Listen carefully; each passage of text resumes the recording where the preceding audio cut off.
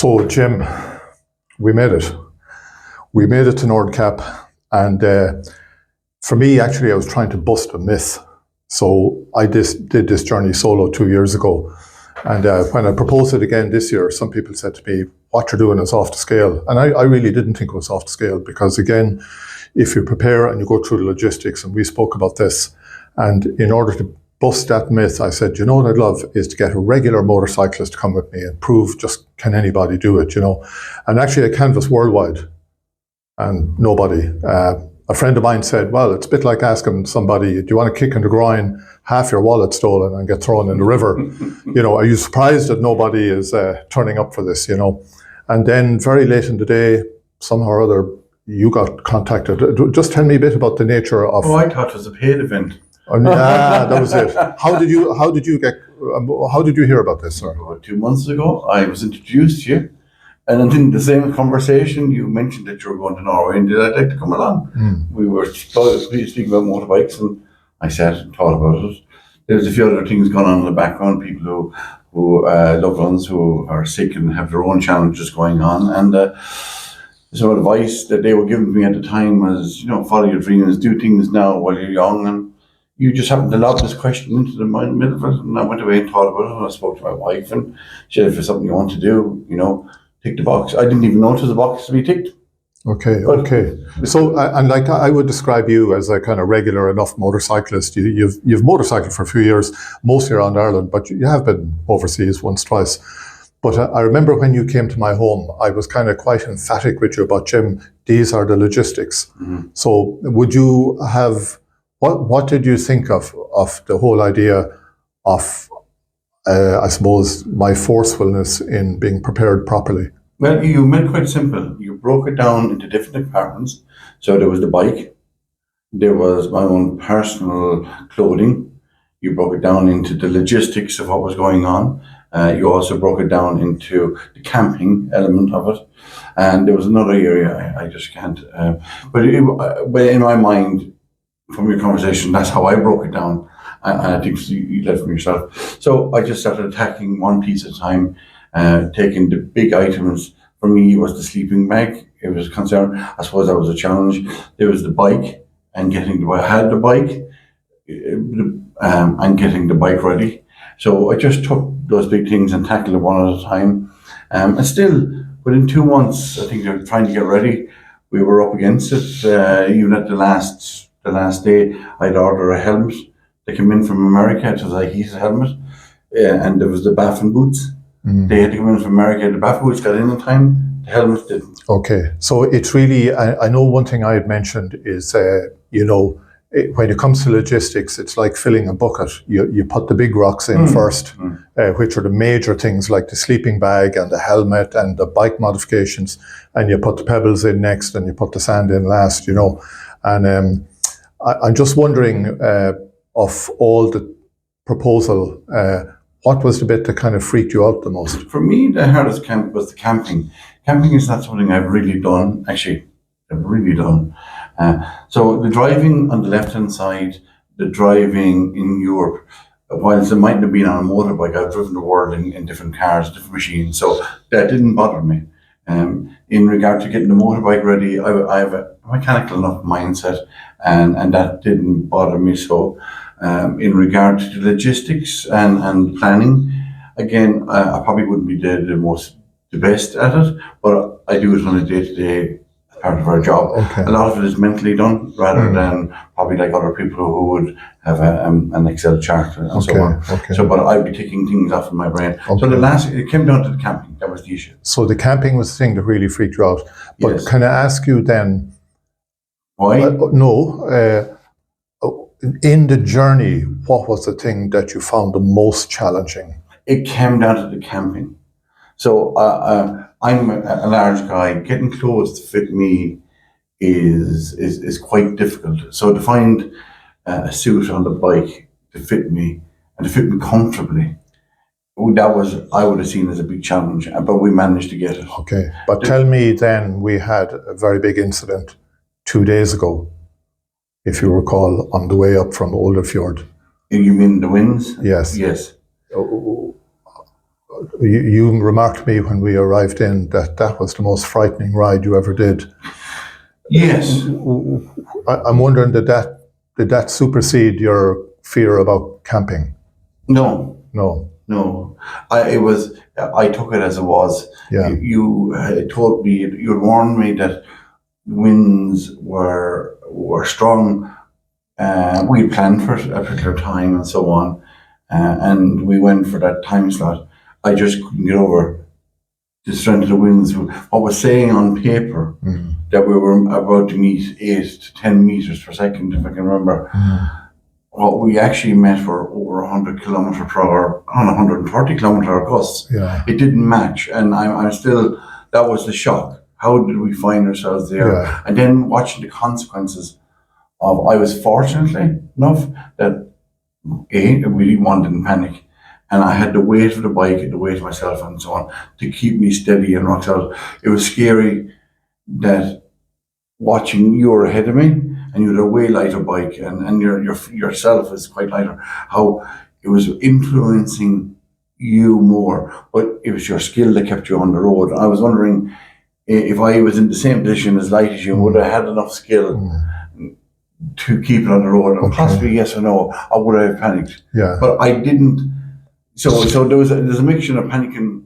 I'm not panicking, but being afraid for you. And what if I find myself placing myself? And all that was going on. It wasn't like a shot of wind that hit us on the side. It was constant. It was constant. Yeah. And it went on for kilometers. Yeah. And it was fighting. And you said you were shouting inside your helmet. I was doing the same. I wasn't thinking. I wasn't praying to God. Yeah. I was going, keep this fucking thing on the road. Stay on the line.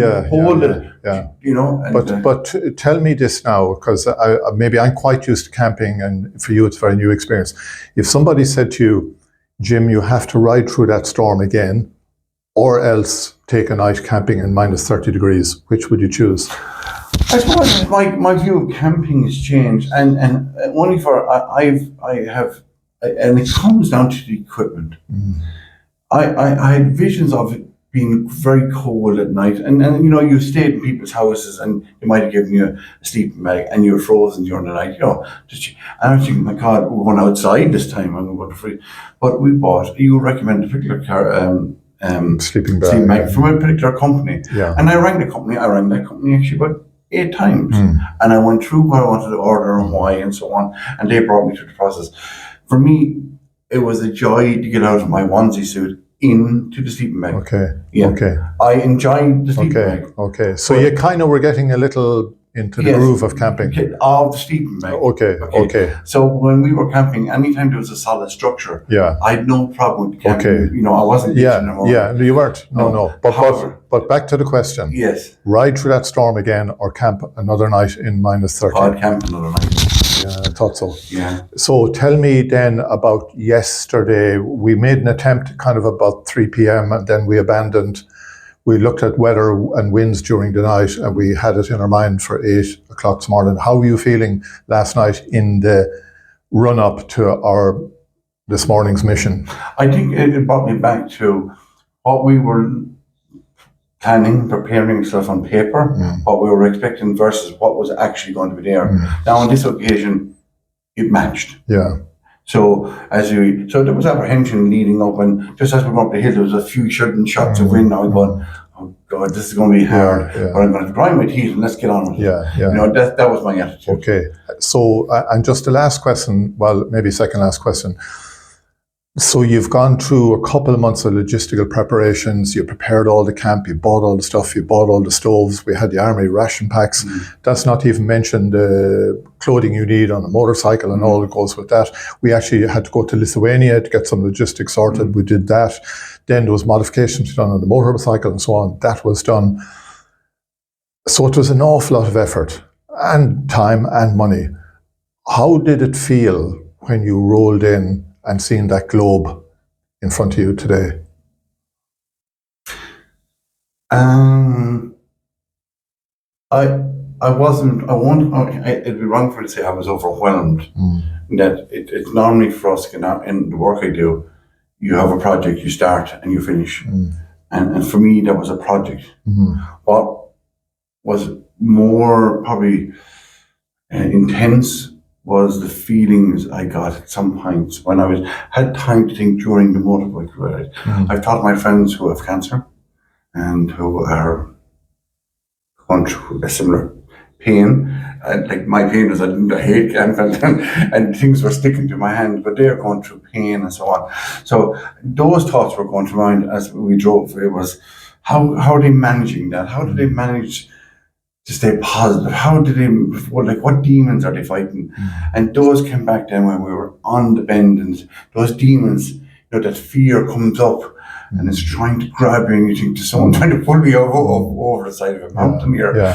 And that was more, if I was to leave here and said I got to Nordcap, yes, we can start and complete the project. Like we said, in the time frame, we said, people said, if you ask me what's my lasting memories, was probably watching you fighting and looking at myself fighting on the bike to stay on the road, and then equating that to other people's fight for other things that are going on. Okay, very good answer, good answer. And then just tell me this, do you reckon that anybody with maybe a little bit of a stubborn mindset can do what you just did? I wouldn't have a stubborn mindset. I suppose it's made easy that... Maybe the word determined is... Determined, probably, yeah. Determined, okay. So, yeah, absolutely. But a lot of factors come into it. So I would have travelled a lot, whether through work or just have a general interest in geography, like yourself. And my wife, myself, have travelled a lot. So leaving the country, a lot of drivers have now probably would have been youngsters driving motorbikes, have now coming close to retirement or in their 40s, 50s, decided to get a motorbike. Probably coming close to retirement now. There's a big block of them there. And they probably haven't gone outside the country, or maybe started flying to Spain or something like that, but never driven outside the country. So, yeah, I could see how it would be a challenge from a driving perspective from that. That didn't bother me. Okay. Yeah, a lot of them are buying new bikes. So for a lot of them, that wouldn't be a big red flag. For me, bringing a 30-year-old bike was a kind of just a number one. Yeah. So I think anybody can do it, but it's always helpful if someone has done it before you and you follow it. And tell me, if somebody was to do this, to mention just one ingredient that they should have, what would you say it is? An open mind. An open mind. Very good. Yeah. Very good. One last question. Where's the next trip to? So, I suppose Iceland is probably popping up on my radar. It's somewhere my wife and myself always wanted to go. Whether we go there during the winter time or whether we go camping, I would certainly have never thought of that before. But now they're part of the equation. And my wife, I'm sure, doesn't like the cold and or the element of risk because we have kids and stuff. So maybe going there and on a bike. I think I'll have to go back and look at the bike as well.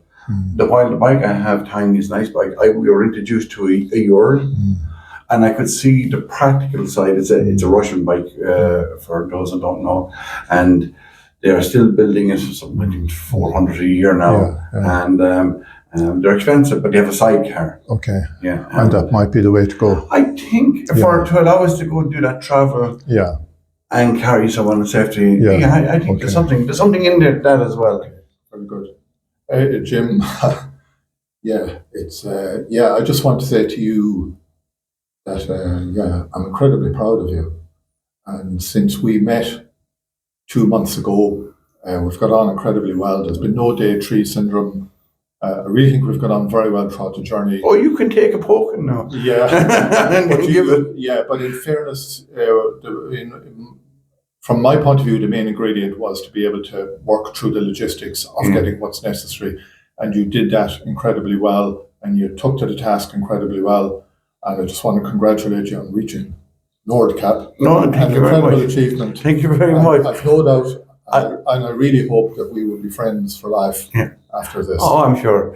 Do you know what? I think if I hadn't met you and someone had set me the task to do it, I probably would have got there. But not the way we did. Okay. We certainly wouldn't have met Nico anyway, that's for sure. And we wouldn't have gone to camping. So, I know, I'm like that. I can't get over how we probably have, whilst we are quite different in our approach to stuff, Yeah. we're quite similar in our interests, and I love the fun and the crack, Good. and so yeah, that's Yeah. good. Lovely. Jim, And look, he has 5 fingers. yeah, only 5. Only I've been five. accused, apparently from Jim's family and friends. They asked, "Does this guy have 6 fingers?" Which I didn't really understand in the beginning, but it meant, is he weird a little bit, you know? So I probably am. Yeah. Otherwise, I think maybe we wouldn't be here. But Jim, Thank I you. really appreciate Thank you. having you, Thank you. and I wish you the best of luck. And for me, it was just a joy to have you. And Absolutely. who knows where this will take us.